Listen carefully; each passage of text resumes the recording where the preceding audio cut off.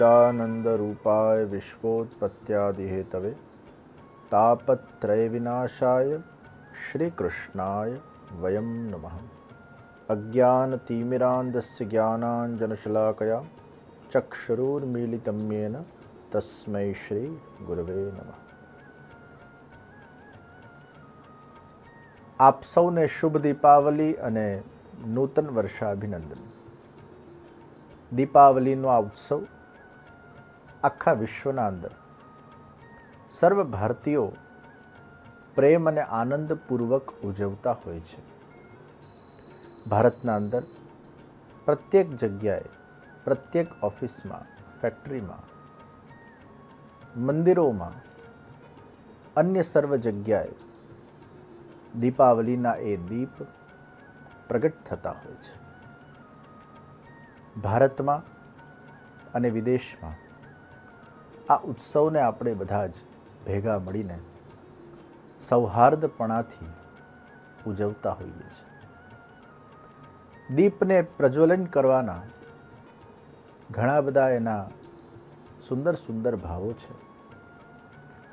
અજ્ઞાનરૂપી અંધકારને દૂર કરીને જ્ઞાનના પ્રકાશને આપણે પ્રજ્વલિત કરીએ છીએ. કેટલી સુંદર આ ભાવના છે. આપણે જ્યારે જ્યારે આ દીપને પ્રજ્વલિત કરીએ ત્યારે ત્યારે આપણા મનમાં એક સુંદર ભાવ ઉત્પન્ન કરીએ કે આ દીપને જ્યારે હું પ્રગટ કરું ત્યારે કેવલ એક બાહ્ય પ્રકાશ ફેલાવવાનો ઉદ્દેશ નથી, પણ અંતરમાં પણ અજવાળું થાય. આપણા અંતરમાં ખૂબ અંધકાર છે અને અંધકારના કારણે જ આપણે આપણા જીવનમાં ક્યાંક અશાંત છીએ. અને એટલે જ આ દીપાવલી પર 5 પ્રકારના દીપ આપણે પ્રજ્વલિત કરીએ. સૌથી પહેલું દીપ આનંદનું દીપ, બીજું દીપ ભક્તિનું દીપ, ત્રીજું દીપ આત્મવિશ્વાસ અને પ્રભુ ઉપરના વિશ્વાસનું દીપ, ચોથું દીપ શિસ્તતાનું દીપ અને પાંચમું દીપ એ સ્વાધ્યાય સત્સંગનું દીપ. આ વર્ષ દરમિયાન આ 5 દીપકોને પ્રજ્વલિત કરીને આપણે અંતરમાં અજવાળું પાથરવાનો પ્રયાસ કરીએ. સૌથી પહેલું આનંદનું દીપ. આ દીપાવલીએ દીપ પ્રજ્વલન કરતી વખતે આપણે આપણા જાતને કહીએ, આખા વર્ષ દરમિયાન હું આનંદિત રહીશ, હું પ્રસન્ન રહીશ. અને ક્યારે આપણે આનંદિત રહી શકીએ? જ્યારે આપણા હૃદયમાં શ્રી કૃષ્ણ વિરાજમાન થાય. ભગવાન શ્રી કૃષ્ણ એ આપણા અંતર્યામી છે, આપણામાં જ બિરાજે છે, પણ એમનો તિરોભાવ થઈ ગયો છે. આનંદ સ્વરૂપે, અંતર્યામી સ્વરૂપે શ્રી કૃષ્ણ છે જ આપણામાં, પણ એમનો તિરોભાવ થયેલો છે. પણ જ્યારે આપણે ભક્તિ કરીએ છીએ, સેવા કરીએ છીએ, સત્સંગ કરીએ છીએ, હરિનામ સંકીર્તન કરીએ છીએ, જાપ કરીએ છીએ, સ્મરણ કરીએ છીએ, ત્યારે અંતરમાં રહેલા આનંદરૂપી ભગવાન શ્રી કૃષ્ણનું આપણા હૃદયમાં આવિર્ભાવ થઈ જાય છે. સદૈવ ને સતત શ્રી કૃષ્ણના આપણે સન્મુખ રહીએ. ઠાકોરજીની સેવા કર્યા પછી આખા દિવસ દરમિયાન દરેક કર્મ કરતા પહેલા શ્રી કૃષ્ણને યાદ કરીએ. પ્રભુ, આ આપને પ્રસન્ન કરવા હું આ કર્મ કરું છું. સતત કૃષ્ણનું સ્મરણ. કૃષ્ણાર્પણમસ્તુ. આ ભાવનાને આપણા હૃદયના અંદર જાગૃત કરીએ તો આનંદિત રહીશ.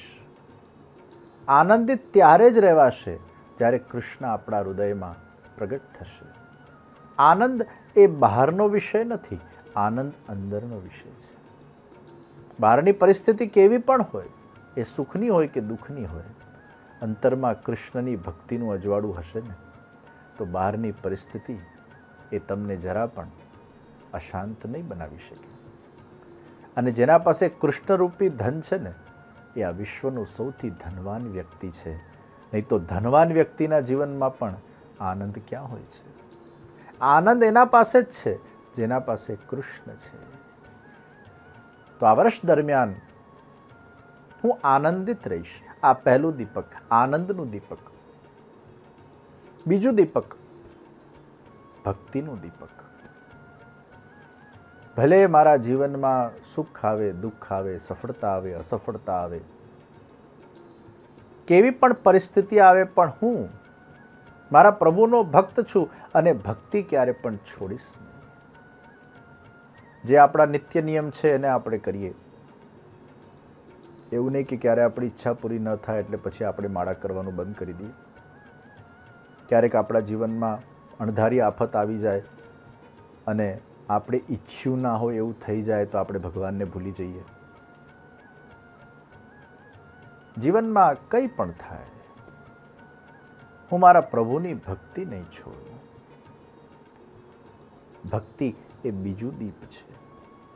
કારણ કે આ દુનિયામાં બધા છોડીને જતા રહેશે, પ્રભુ હંમેશા તમારા સાથે રહેશે. સુખ મળે કે દુઃખ મળે, એને પ્રભુની કૃપા માનવી. આ વિવેક રાખવો. વિવેકસ્તુ હરિ સર્વમ નિજેચ્છાતઃ કરિષ્યતિ. હું મારા પ્રભુનો દાસ છું, હું મારા પ્રભુનો જીવ છું. પ્રભુ એમની નિજ ઈચ્છાથી જે કંઈ પણ કરશે એનો મારે સહર્ષ કૃપા સ્વરૂપ માનીને સ્વીકાર કરવાનો છે. તો આ ભક્તિનું દીપક. ત્રીજું દીપક છે